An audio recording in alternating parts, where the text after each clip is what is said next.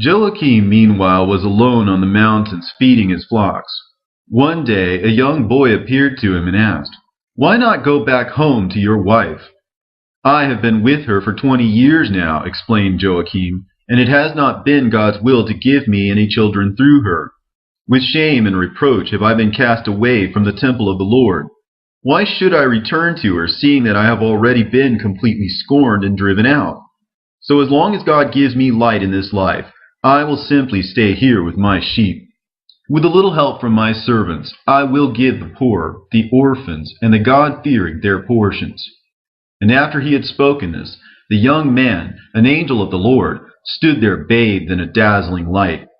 Now because Joachim had been rattled by the visitation, the angel who had shown himself to Joachim tried to console him, saying, "Do not be shaken by my manifestation to you, for I am the angel of the Lord, sent to you by him in order to let you know that he has heard your prayers and seen your alms. He has also seen your humiliation and heard the unjust accusations leveled against you with regard to your childlessness. But it is on account of their own sins that God punishes people, and not their physical condition.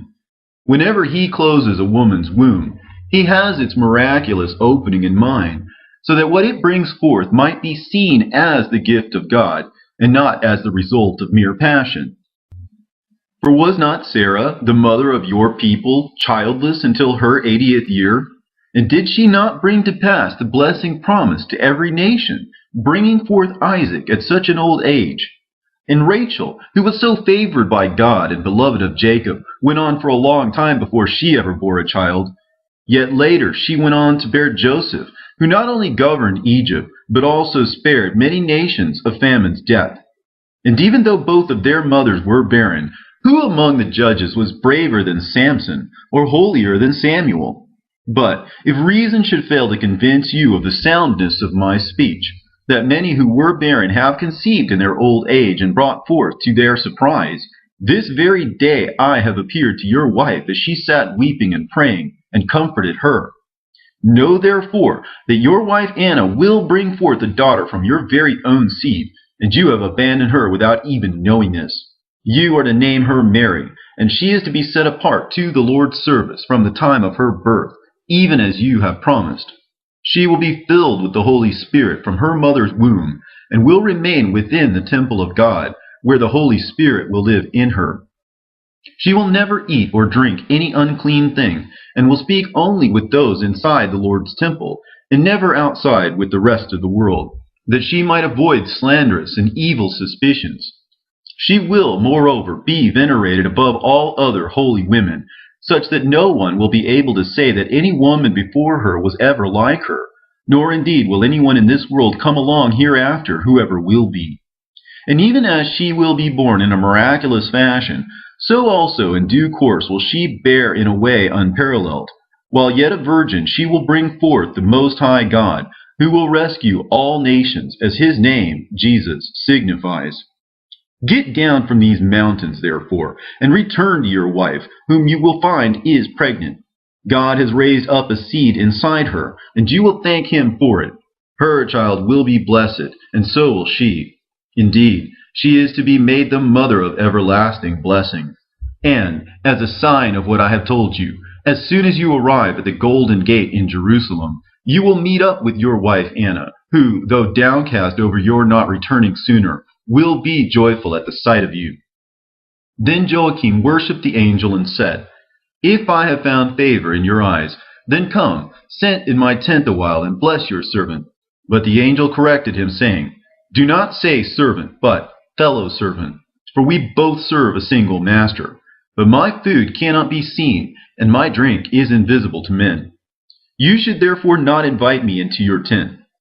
If, however, you were ready to offer me something, sacrifice it instead as a burnt offering to the Lord." And taking a spotless lamb, Joachim said to the angel, "I would never have taken it upon myself to present a burnt offering to the Lord, had you not first commanded me and given me the priestly authority to do so." "I would never have said that you could," the angel replied, "unless I had first known the will of the Lord." And as Joachim was offering up his sacrifice to God, The angel ascended with the fragrance of the smoke right up into the sky. Then Joachim fell to his face and prayed from the 6th hour until dusk. And the young men and hired hands who were with him there, unaware of why he was lying there face down, supposed that he had passed away. They hurried over to him, and with great difficulty they lifted him up off of the ground. And when Joachim related the vision of the angel to them, they were stricken with alarm and amazement, and advised him to do according to the angelic vision, and hurry back home to his wife just as soon as possible. And even as Joachim was considering whether or not he ought to go back, a deep sleep overwhelmed him. And behold, the angel who had shown himself to him before when he was awake now appeared to him in his sleep, and said, God has appointed me to be your guardian angel. Go down, therefore, and return to Anna in complete assurance, because the merciful deeds that you and your wife have performed have been spoken in the presence of the Highest. God is giving you fruit such as has never been given to either prophet or saint, nor will ever be given hereafter. Now when Joachim stirred from his slumber, he went down, summoned his herdsmen, and related his dream to them. Bring me 10 spotless ewe lambs, he instructed them, that I might give them to the Lord my God.